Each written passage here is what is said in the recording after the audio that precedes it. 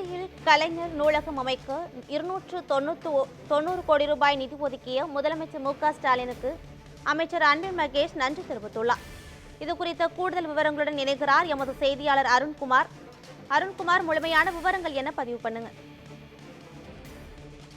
நிச்சயமாக தமிழக அரசு கல்வித்துறை அமைச்சராக பொறுப்பேற்ற பிறகு அன்பில் மகேஷ் பொய்யாமொழி அவர்கள் பல்வேறு திட்டங்களை அதாவது இளைஞர்களுக்கும் பள்ளி கல்லூரிகளில் படிக்கக்கூடிய மாணவர்களுக்கும் பயன்பெறக்கூடிய வகையிலான பல திட்டங்களை அதிரடியாக செயல்படுத்தி வருகிறார். அதில் முக்கியமாக சொல்லப்போவது அதாவது நூலகம் முக்கியத்துவம் வாய்ந்ததாக கருதப்படுகிறது. ஏனென்றால் அந்த நூலகத்தின் மூலமாகத்தான் பல்வேறு தேர்வுகளுக்கும் சரி, அதுபோல எழுத்து தேர்வாக இருக்கட்டும், இந்த அறிவுசார் விஷயங்களை கற்றுக்கொள்வதற்காகவும் பல்வேறு திட்டங்களுக்கு இந்த நூலகம் ஒரு பயனுள்ள ஒரு அடிப்படை விஷயமாக அமையும் என்பது அவருடைய ஒரு கருத்தாக இருக்கிறது.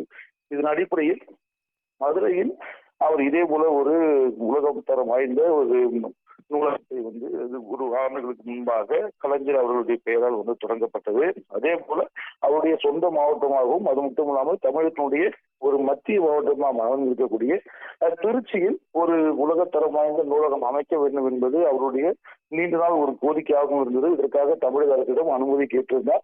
இந்த அனுமதியின் அடிப்படையில் 110 விதியின் கீழ் சட்டமன்றத்தில் தமிழக முதல்வர் மு.க.ஸ்டாலின் அவர்கள் தற்போது அதற்கான அனுமதியை வழங்கியிருக்கிறார் என்பது திருச்சி மக்களிடையே ஒரு மிகப்பெரிய மகிழ்ச்சியை கொடுத்திருக்கிறது. அது மட்டுமில்லாமல் அதற்காக 290 கோடி ரூபாய் இதற்காக நிதியானது ஒதுக்கப்பட்டிருப்பதும் தற்போது ஒரு கூடுதல் மகிழ்ச்சியை கொடுத்திருப்பதாகத்தான் இந்த வகையில் பார்க்கப்படுகிறது. இதன் அடிப்படையிலேயே அமைச்சர் அவர்கள் இதற்கான ஒரு நன்றி அறிவித்து அவருடைய எக்ஸ் தளத்திலும் சரி, அவர் நேரிலும் சென்று முதல்வர்களுக்கு ஒரு நன்றி தெரிவித்திருக்கார். இதன் மூலமாக இது வரக்கூடிய காலங்களில் இங்கிருந்து படிக்கக்கூடிய மாணவர்களுக்கும் சரி, இது சுற்றுவட்டார மாவட்டத்தில் இருக்கக்கூடிய மாணவர்கள், அதாவது திருச்சி முதன்மையாக கல்விகள் நிறைந்த கல்லூரிகள் நிறைந்த ஒரு மாவட்டம்.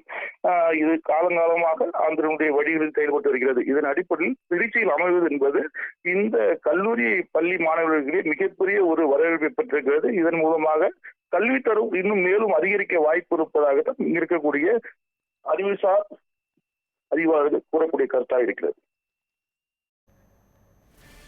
முழுமையான விவரங்களை வழங்கியமைக்கு நன்றி அருண்குமார்.